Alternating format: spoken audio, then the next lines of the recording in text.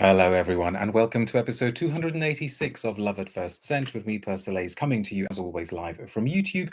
Please do consider subscribing to my channel if you haven't already done so, and also do consider supporting my work by buying me a coffee. You'll find information about that in the link below. For the benefit of those of you watching live, thank you very much for sticking around, for tuning in. The first comment goes to Eric, who says hello again. Hello to you as well, Eric. This is the second of third live videos planned for today, but if you're not watching live and if you just found this video through a search, then that doesn't mean anything to you. This is going to be a brief one because we're just going to be talking about a single perfume, a new release, and it's going to be a genuine case of is it love at first scent or not, because I haven't smelt it. It is brand new from Veronique Gabai, and it's called Ready for Rosé. Veronique Gabai is still, I think we can say, a sort of newish brand, founded by Veronique Gabai. True bona fide industry veteran, and she very kindly gave up some time a while ago to do an interview here on this channel. So if I can, I will try to link to the interview. Is that going to be there or there somewhere, or in the video description below? Saving my pennies for Ver Désir, says Frag Chi-Town. Loved the interview you did with her, says Angelica. She was great, wasn't she? She was really, mind you, every single person who's done an interview here has been great. I'm here at the beginning of this one, says Keith. You're very, very welcome.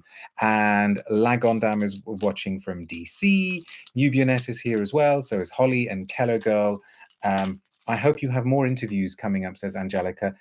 Yes, I mean, I won't sort of divert too much or go off on a tangent, because I know that that really annoys people who watch the recordings. But yeah, between now and the end of July, when I am planning to go on a little break, there will be some interviews, fingers crossed, coming your way, including, hopefully, if the dates align and we can make it work, a very, very special kind of epic two-parter with somebody. But I won't say anything until it's properly confirmed. 2 in 1 day, says Jenny. I'm feeling decadent. Well, stick around for the third one. Okay, so this is Ready for Rosé. If you watched the interview, you will know that the main kind of thread running through all of Veronique Gabai's perfumes is a sense of luminosity. They're all in some way or other meant to be inspired by the Côte d'Azur. They're all meant to be infused with that beautiful light that you get into that part of the world. And they're all meant to be super wearable, super accessible, you know, nothing too weird, nothing too out there. This, in case you're wondering, this isn't a sample in the sense of you can't get this. This is a saleable product. This is their travel case refill. So I don't know what their actual travel case looks like, but it comes in a rather attractive pouch here. I do love her rose, says Jenny. Okay, well, let's just check this out. I genuinely don't know what this is going to be like. Ready for Rosé from Veronique Gabai. Let's have a little nose clear. Okay, could be a disaster. We shall find out, because I definitely like some from her more than others, but let's see. Okay, are we ready for rosé? This is probably also not the best time at which to be saying that rosé is, without any question, my least favorite type of wine. But I do say that as somebody who is not in any way, shape, or form a wine expert, and I drink very little wine. I actually drink very little anyway, full stop. But okay. Oh, well, it doesn't make me think of rosé, so that's a good thing. It actually makes me think of just kind of fruity, summery happiness so far. See, it's interesting because somehow she does manage to infuse all of the scents with a luminosity. There's also a kind of white floral, seaside, jasmine thing happening here. Say it ain't so. I'm a rosé fan myself, says Angelica. I know a lot of people are, and I know that for a lot of people it's the wine of choice on a hot day. I stick to water. I stick to iced water, but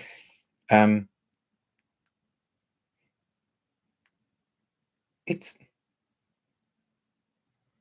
see, at the moment I'm getting like jasmine with maybe something that feels a little bit apple-like, maybe a bit grapefruity. So maybe it's supposed to be, you know, you're by the beach, you've ordered a cocktail, you're enjoying the sun, but you don't want the sun too much over you, so you've got the parasol over your head. Is it sweet? Okay, good question, because no, it's not overly sweet. So this isn't sickly, sugary, caramelly, cloying. It's the kind of fruitiness that you might get from a citrus fruit and maybe this kind of apple inflection that brings a sort of tart feel to it. So it's not cloying sweet at all. But I suppose maybe in my mind I was thinking, if it's rosé, is it going to be rose? Um, and maybe there is a rosiness to it. It feels it feels quite Estee Lauder, which is also intriguing because, of course, Veronique Gabai spent many years working at Lauder. And what do I mean by that? I guess what I mean is that it's got a very, very kind of North American clean quality. So it's almost like a kind of wealthy North American tourist's take on the Côte d'Azur. Nothing too funky, nothing too dangerous, right? Okay, there's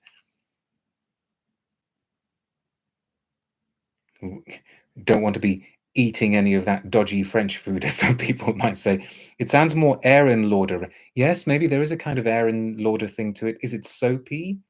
Um, no. Let's. The press release is very, very, very brief. Let's see how it develops. So, ready for rosé. Summer vibes in a bottle. Yeah, okay. This is a French summer knocking on the door with all its promises.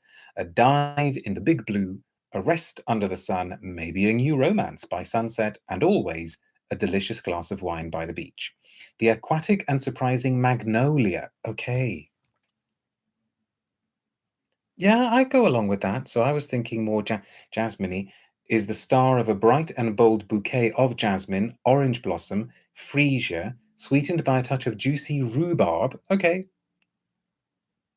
yeah, I accept that. I accept that. And made simply divine on skin by amber, cedarwood, and musk. Pack up your bags with joie de vivre, your heart with that je ne sais quoi, and get ready for rosé. And the official notes are magnolia, rhubarb, dewy greens at the top. Yeah, there is a greenness to it. In the mid, jasmine sambac, freesia, rose, and orange blossom. And then the dry down, ambrox biotech, cedarwood, and musk. And I've just seen the price of this. So this it says that it's available in the UK from June 22. So now at Liberty in London, £245. And again, for those of you who are watching live, we've just done the video on the new Indian brand called Leela Noor, and all of their perfumes are above the £200 mark. If this is how things are going, where every single brand that isn't just a kind of mainstream brand is going to be charging a minimum of 245, I don't know how much Frederic Malle Carnal Flower and Portrait of a Lady cost now, because to me they were always that kind of benchmark of where the top of a perfume prices. I know that Amouage kind of overtook them as well, but I always used to kind of want to check out where Portrait of a Lady is, where Carnal Flower is. Perhaps Portrait of a Lady is now about £260. I don't know. I haven't looked for a while. Maybe somebody watching can check it out. But £245 is just a lot of money, I think. Speaking of Frederic Malle pricing, says Woozy, did you notice Iris Poudre is now on the same tier as Carnal Flower and Portrait of a Lady? No, I didn't. No, I didn't. I'm still a little bit shocked by how much the Aqua Allegorias cost. It's time to start your affordable perfume brand now, Monsieur Persolaise, says Prashant. Yeah, but maybe that's not possible anymore. Maybe it's not possible to do an affordable quality perfume brand. €290, says Chang. Wow. So I bet that's about, I bet it's going to be about something like £260 or something. But, oh, there you go. Gaza says Frederic Malle, 225 to 250, 250 for 100 mil, says Christine.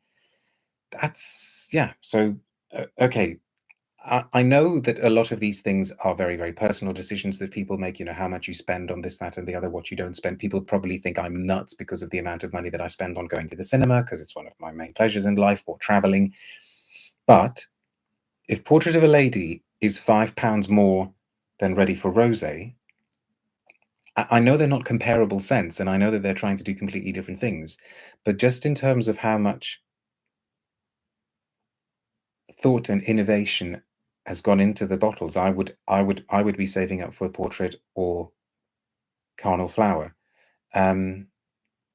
Acro isn't that exorbitant, says Eric Brandon. Good point. Good point. Yes, they've somehow managed it. Maybe we should ask Olivier Cresp and his family how they've managed it. So, I don't think this is going to be taking us particularly interesting places. I think you could probably spend a lot less money for something that does a similar kind of thing.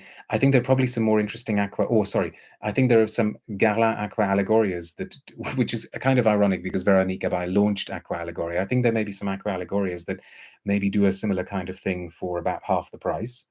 But it certainly does what it does in a convincing way. Prashant says, I'd respectfully disagree. I think it's very much possible, so I guess meaning to do an affordable quality brand.